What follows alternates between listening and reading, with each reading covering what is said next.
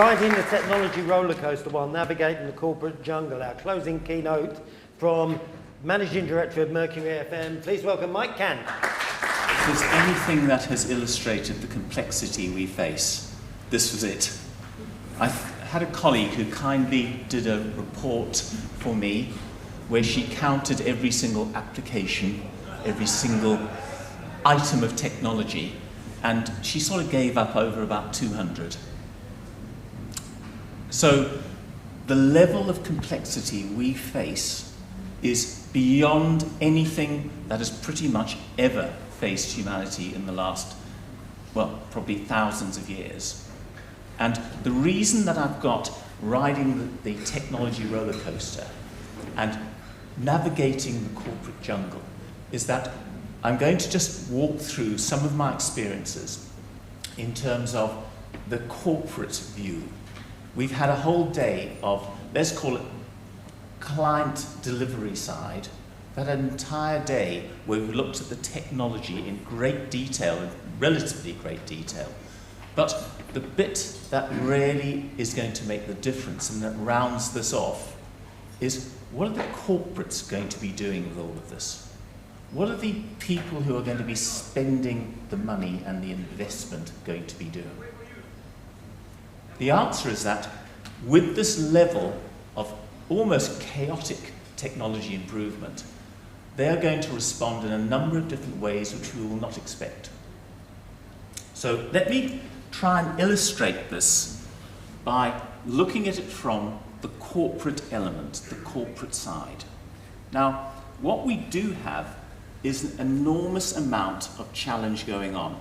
When we talk about corporate, what I'm talking about is I'm not going to even say, because my colleague here has already mentioned the length of time, but I've spent a number of years sitting on board meetings, running a university, looking after retail operations, running restaurants and hotels, and delivering a whole range of infrastructure and facility services on behalf of the corporate. Now, it is a jungle. There's no question. It is a jungle. But what we are facing is an opportunity to reshape the jungle in our way. And here's how we're going to probably have to start with. We've got a real roller coaster going on. And when you sit in the boardroom, as many of us do, what we are facing is a level of complexity that we cannot cut through with a knife, much less anything else. So we have all these sorts of issues that are flying around, and these are just a few just jumped out of the computer quite recently. But what we're looking at in our particular area of concern is, how do we help shape that corporate environment? So this is not about how do we provide a robot. It's not about how we make sure our staff are being looked after and they are going to be rewarded with 5 stars. And that's not a criticism or any other comment. The point is that corporates are now saying, we are starting to have enough of all of this. And they're not really understanding what we're coming up with, because we're coming up with things that are far beyond the ability of people in a boardroom to be able to deal with when they have selling their business as their main concern. So what we need to do is slightly unbundle a little bit, and the reason for this is that we need to take a little bit of a different view. We need to go back slightly. So here's somewhere, I think we recognise it. Isn't quite Brisbane, but it's not far. What do we do when we see a place like this? What do we think? Many of us have been there. We certainly admire it. It's one of the great visual products that has ever been put together. Now, the reason I'm mentioning this or showing this is because what this sort of building does is it creates an emotion. We actually look at it and go, look at how they did this. Look at the way this was built. Look at the way it sits with the sea. So we start getting a personal imagery. And actually the thing that I think is most important moving forward for any corporate is the corporate personality, what the corporate is looking to achieve. How we actually do it is downstream. And I'll come back to why I think this particular building illustrates where businesses are going to be directing their attention in the future, because it illustrates some fundamental business propositions, which may well surprise us all. Now, the first point, and I can only cover a few items on this, because sitting on a board, you just don't get the time and space to go through a great deal. At any board meeting, you get very little, as we all know. But the most important issue is that we are not interested in the data. We're not interested in the algorithms. We are not concerned with that. We're concerned with what it generates. So all of these applications, all of the hard work we all put in, all of the technology we put in, is not going to be where corporates make decisions in the future. And the reason is they would probably fall to pieces on the way through. So let me take an example about where businesses, whether you're a shopping centre, whether you're part of a cityscape, whether you're part of a retailer, whether you're part of organisations that we are all familiar with. Think about this, and this is really a way of illustrating what I think is fundamental moving forward. Take a lump of platinum. Take, I don't know, 8,601 pure diamonds. Take a bit of creativity. And what do we have? What we have is creativity that creates value. So we have something that I doubt any of you have not seen before, but the artist who created this product, it cost him $6 to $8 million to create. That's how much it cost. It's sold initially, privately, at about 70 million. It's currently worth over 200 million. So transpose this into a corporate board. You put the energy, the resource, the technology, all of those things in. But the end product is the value. And the value of a business, be it a retailer or a hotel or a restaurant, is what is added to it through the engagement with the infrastructure and facilities and technology. And this is where we're going to start seeing a major shift, because the challenges that almost every speaker has made has been, what do we do with this? Some speakers have been more robust than others, and that's fair enough. But at the end of the day, those questions, whether they're put forward very forcefully or very quietly, are exactly the same. And businesses, clients who use us are going to want us to do more than provide the bits of platinum, more than provide that little bit of activity, more than providing, unfortunately, whether we like it or not, a bit of robotics. They'll expect it. So, technology is being used to supplement, not replace. And interesting enough, and I will happily discuss with colleagues, is I don't actually see the issue of it making it more efficient. It merely will be more efficient. I don't see it as important to do something which is just logical as a technology solution. It's what we do with all of that and how we capture it together. So let me offer a few corporate perspectives. And I'm speaking as someone who has had to watch people fight for millions of pounds for a budget where the people sitting around the table haven't got the faintest idea what it's about. So from the corporate perspective, there is a very simple set of rules that guideline the decision. These are some of them. Is it secure?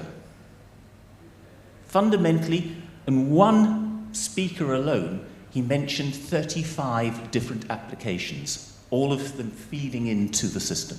And that's just in FM. They go up the HR, the billing, the invoicing.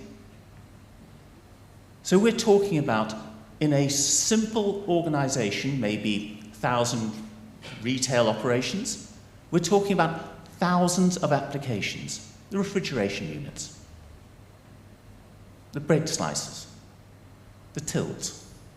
And we talk about property, and we talk about FM, and we talk about cleaning. But actually, the issue is a much bigger one.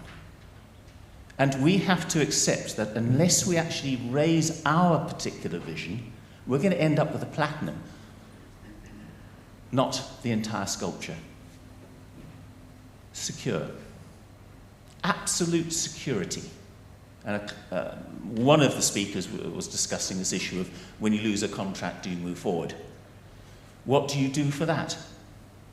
Do you hand the data over? Yeah, open access. If anyone's ever tried it, it's a bit tricky. One contractor will not willingly hand over all their data, all their app, all their access. They won't do it. It's very rare. Very rare. Private. Somebody very clearly talked about the privacy issue.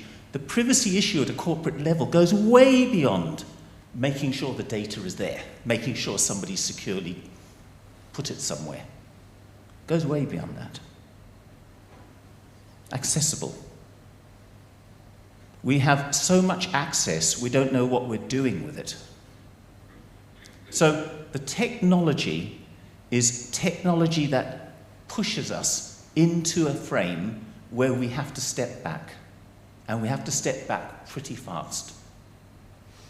We actually have to step back into, and I call it the emotional state, but when we look at the products of our work, we respond emotionally to it. And if we don't respond emotionally, it's a piece of work that just gets done. So, FM is about stories. There are colleagues around here that I've met over the years. We all tell stories. But one that illustrates why corporates are going to ask us to do a lot more, a lot quicker, and a lot broader is not so much tomato soup, but it's to do with beans. Now, some of you may remember a guy called Justin King, who was chief executive of Sainsbury's. And I had the pleasure of going in and spending a lot of time working with Sainsbury's. Justin's opening words to me were, we know how to sell the beans, or the soup. What we don't know is how to sort the damn refrigerators out. He said, because the single thing that stops Sainsbury's being successful is the fact we can't even get our technology and our system and our FM to work. And it can't be that difficult. And he was right. Because what was being asked had not been asked before, which is go anywhere, inside and outside the business, to find the solution. They weren't interested. He was not interested in go kick the procurement team around the block. He wasn't interested about the technology. There were 20 different refrigeration technologies in place at the time. Do you need 20 technologies for refrigeration? No. Did he care? No. He cared about selling the beans, selling the soup. So it is a roller coaster and a jungle.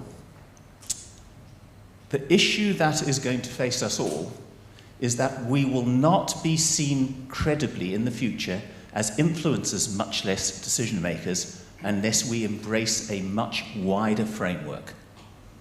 And when I mean that, we talk about a whole series of things to do with M&E. We talk about building fabric. We talk about clean space. And we talk about furniture. Corporates just want you to talk about the entirety, the HR, the procurement, the health and safety, fixing things. The challenge for the future is going to be us taking a wider brief because we're good at what we do. And what are we good at? We're good at interrelationships. FM is about personal relationships. You know, I have been in loads of different sectors. I've never met a group that has this personality that facilities managers have. They engage, we talk, we laugh, because we walk down the corridors of the offices. We talk to people. We talk about what we're going to do. We talk about how we're going to try and do better. Do you really think other sectors can beat us at that? I'm an architect by practice, original training. We spent most of our time fighting the client, fighting the contractor. Facilities management can actually change to make itself much more relevant. But we will have to accept that businesses are going to be weighing that relationship against the cost and the benefit. And if we use our technology to illustrate it, to evidence it, we're going to be ahead of the game. I've got a colleague who's working on what's called paperless billing. Paperless billing means exactly that. No paper turns up. Nothing. Can you imagine what that does to an organization like a legal practice, or a retailer, or a hospital? That you have no paper whatsoever. Now, at the moment, how many of us are engaged in programs like that? None of us. How many of us should be engaged in it? All of us. Because paperless billing is a bit like somebody who goes along and cleans a floor. They don't want bits of paper. They just want to clean the floor. So, we were sort of wondering, I hope you were wondering, why on earth I chose Sydney Opera House. The origin of it, I don't know how many of you know about this, but the architect who designed it in the mid-50s, so it was well ahead of any genuine IT. There was a competition, and the competition was a world competition, which was unusual, and there were a lot of entries. And there were criteria set by the judges as to how they would rank it and how the individual would get down to the shortlist. And this architect did this. He scribbled. He did these little scribbles. And in his words, there were things like sails and stuff like that, and shells. But Utzon had an instinct, a bit like Hurst had an instinct about for the love of God. And he couldn't put down something on paper that was a close sort of plan sections and elevations. But the rule book said, you will submit plans, sections, elevations, etc. And the judges, in their wisdom, gave it to him. Why is this important? It's important for two reasons. The first reason is that the judges saw that the intent and the emotion and the quality of the idea and the humanness shone out over and beyond some procurement person who decided you need to do an elevation showing foundations. The second is even more important. And I can illustrate that by this. When he did the drawings, it was not buildable. And Ove Arup, in the 60s, late 50s, 60s, were given the task of designing the structure. And it couldn't be done. It was, for years, they could not do it. And I had the privilege of meeting the chief engineer at Arup who designed the software that made these curves. Every single rib is unique. They had to be designed one by one. But the end product, unless you disagree, is inspirational. Organizations need to be inspirational. And if facilities management and infrastructure do not lead to that, we're going to be put on the sideline. I believe we can do it. I genuinely believe that we could go and influence at the right level in the right way, but not just where we are. We've got to go much wider, and some of the organizations in this room already are. But we need to even go further. And if we go further, we can inspire corporations, inspire government. We can get rid of silly things like framework agreements. Since when does a 5-year framework agreement work? It's nonsense. With the technology, you could do a review in 5 minutes. And yet we have this thing that locks companies in, locks companies out. What happens? That innovation is lost because as soon as the framework's agreed, locks them all in. So corporates then and government can't make use of the latest ideas. So thank you very much for listening to me. I really enjoyed listening to an entire day.